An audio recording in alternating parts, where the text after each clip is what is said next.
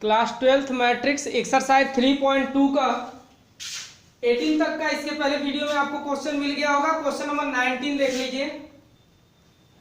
Question number 19 में दिया है किसी व्यापार संघ के पास 30,000 रुपयों का कोष है जिसे दो विभिन्न प्रकार के बांडों में निवेशित करना है।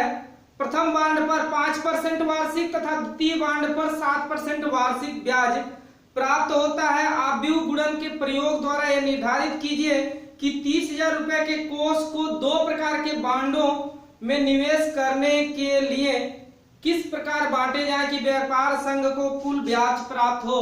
पहला क्वेश्चन है 1800 रुपए और इसको दूसरे तरह से सॉल्व करेंगे 2,000 रुपए, यानी दो प्रकार के बांडों में बांटना है। तो किस तरीके से बांटा जाए कि कभी उसको 1800 भी मिल सके और दूसरा क्वेश्चन उसी में कर दिया है कि 2,000 मिल सके। तो सबसे पहले आपके पास देखिए धन राशि कितनी है, 30,000 रुपए की है। दो प्रकार के बांड में बांटना है तो माना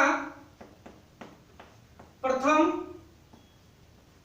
प्रकार के बांड पर निवेशित धन बराबर x रुपए, यानी प्रथम प्रकार का जो बांड है उस पे हम खर्चा कितना कर रहे हैं, x रुपए कर रहे हैं। इसलिए अब कुल धन भी यहां लिख लीजिएगा। कुल धन आपके पास कितना है, कुल धन आपके पास है 30,000 रुपए का और उसमें से पहले प्रकार के बांड में आपने दे दिया x रुपए। तो दूसरे प्रकार के बांड पे आपके पास कितना पैसा रहेगा, दूसरे प्रकार के बांड पर निवेशित धन। आपको धन को दो ही प्रकार से बांटना है ना, तो एक को x कर लिया। जैसे अगर हम एक बात करें कि 2,000 रुपए को आपको ऐसे बांटना है कि एक व्यक्ति को मिले 800 रुपए, तो दूसरे व्यक्ति को क्या मिलेगा, तो तुरंत आप बता देंगे कि 1,200 रुपए मिलेगा, क्योंकि 12 8 20 होता है। लेकिन आप सॉल्व करेंगे मैथमेटिकल, जब मान लीजिए आपके पास धन नहीं पता है तो जो मेन कुल पूंजी है उसमें से जो माने हैं आप उसको घटा दीजिए। तो कुल पूंजी आपके पास था 30,000, इसमें से माइनस कर दीजिए पहले प्रकार के बांड पे निवेशित धन है x रुपए। अब देखिए इस क्वेश्चन को जो सॉल्व करना है आपको, तो उस क्वेश्चन को आव्यूह मेथड से सॉल्व करना है। तो आव्यूह मेथड से सॉल्व करने के लिए आप जानते हैं पहले प्रकार का जो धन है उसको एक पंक्ति के रूप में ले लीजिए।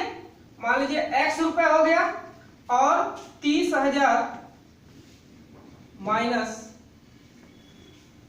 x रुपए, ये पंक्ति हो गई।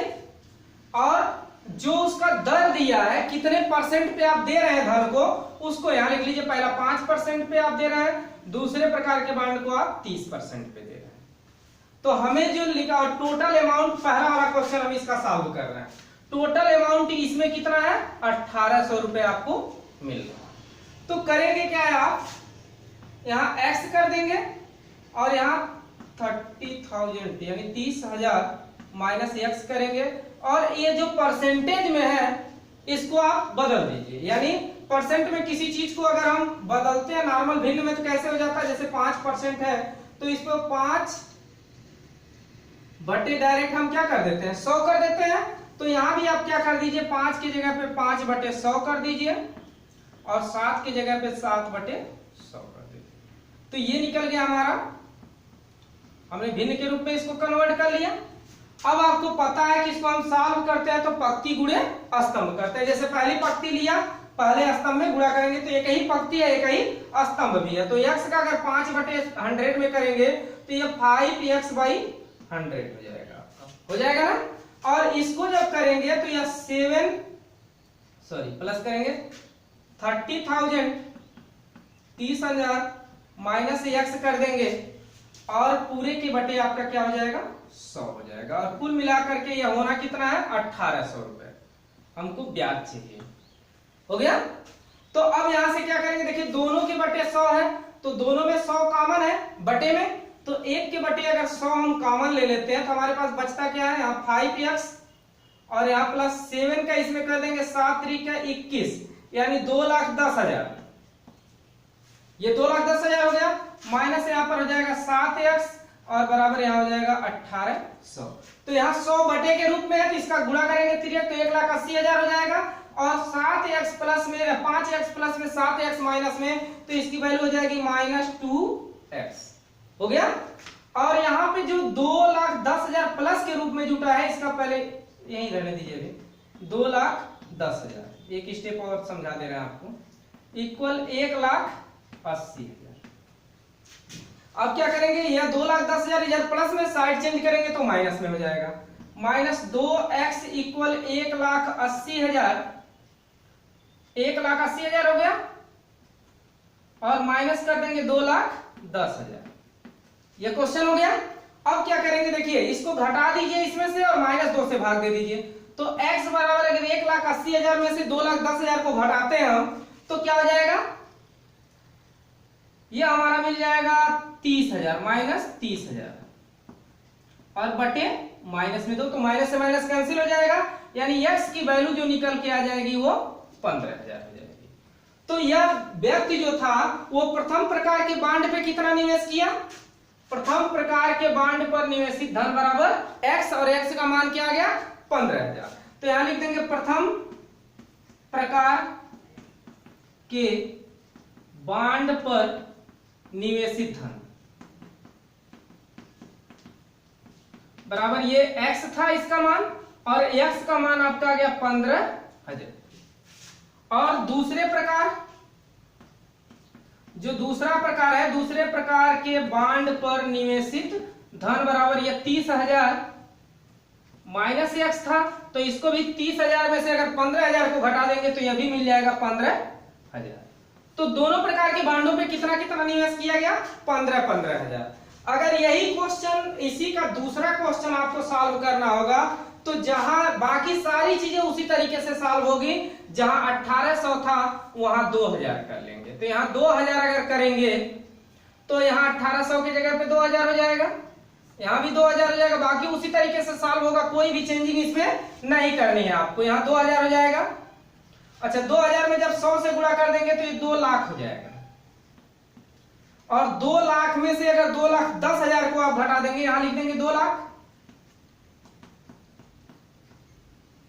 और 2 लाख में से अगर 10,000 को आप घटा देंगे तो 2,10,000 को, तो -10,000 बच जाएगा आपके पास।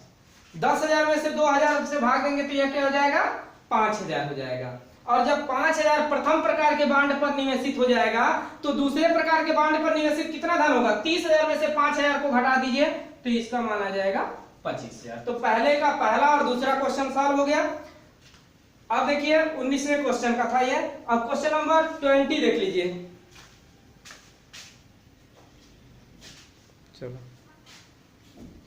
क्वेश्चन नंबर 20, किसी स्कूल के पुस्तकों की दुकान में 10 दर्जन रसायन विज्ञान, 8 दर्जन भौतिक विज्ञान तथा 10 दर्जन अर्थशास्त्र की पुस्तकें हैं। इन पुस्तकों का विक्रय मूल्य 80 रुपए, 60 रुपए तथा 40 रुपए प्रति पुस्तक है। देखिए पुस्तकों की संख्या जो दिया है वो दर्जन में दिया, और जो मूल्य दिया गया वो प्रति पुस्तक, यानी एक किताब का मूल्य दिया है। तो जो पुस्तकों की संख्या है उसको भी आपको किसमें बदलना पड़ेगा, दर्जन से हटा करके संख्या के रूप में लाना पड़ेगा। तो और उसके बाद आव्यूह गणित के प्रयोग द्वारा, यानी इस क्वेश्चन को आव्यूह गणित के प्रयोग के द्वारा आपको लगाना है। तो सबसे पहले आप देखिए, करा पुस्तकों के बेचने से कितना धन प्राप्त होगा। सभी पुस्तकों के बेचने से दुकान को कुल कितनी धनराशि प्राप्त होगी। तो आप लिख सकते हैं सभी पुस्तकों को बेचने से प्राप्त धनराशि।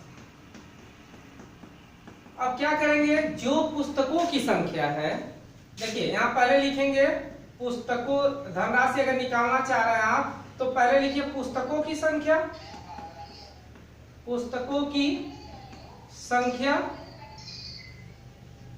पुस्तकों की संख्या क्या लिख लीजिए, पुस्तकों की संख्या में किस किस तरह की पुस्तकें हैं आपके पास। एक रसायन विज्ञान की है, रसायन विज्ञान और भौतिक विज्ञान और एक आपके पास है अर्थशास्त्र। ये 3 तरह की पुस्तकें हैं आपके पास। तो इसको आप पंक्तियों के रूप में ले लीजिए। रसायन विज्ञान की कुल 10 दर्जन है, भौतिक विज्ञान की 8 दर्जन है, और अर्थशास्त्र की भी कितनी है? 10 दर्जन। ये हो गई पंक्ति के रूप में, इसको हमने लिख लिया। और जो मूल्य होगा यहां लिख लीजिए, पुस्तकों का मूल्य।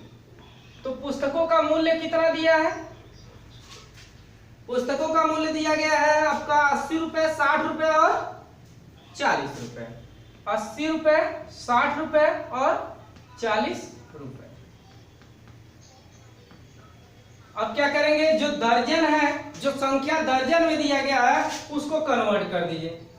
120 पुस्तक हो जाएगी है, और भौतिक विज्ञान की 8 पुस्तक हो जाएगी, और अर्थशास्त्र की कितनी हो जाएगी? 10 पुस्तक हो जाएगी।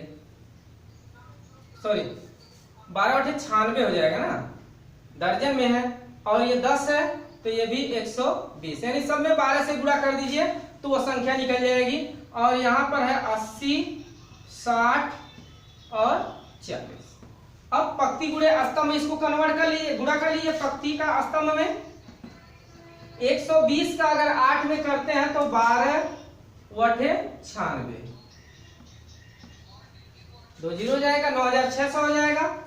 और अगर 96 का गुणा आप 60 में करते हैं तो 96 गुणे अगर 60 करते हैं आप तो 0 0 हो जाएगा, 6 छके 36 हो जाएगा, 9 छके 54 हो जाएगा, और 54 और 3 57 हो जाएगा।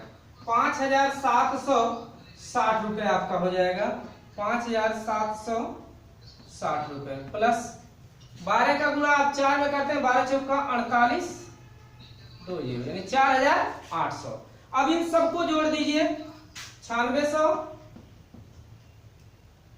5760 और 4800, पूरे को अगर हम जोड़ लेते हैं तो ये क्या मिलता है? 0। यहाँ मिल जाएगा आपका 6, और यहाँ देखिए 6 7 6 13, 13 और 8 21 हो जाएगा, और हासिल आपका 1 बचेगा, तो यहाँ से आप जोड़ देंगे, नहीं 21 2 बचेगा, तो यहाँ से यह हो जाएगा 9 2 11, 11 5 16, 16 4 20, यानी कुल धन जो आपके पास आएगा वो 20,160 रुपए प्राप्त होगा।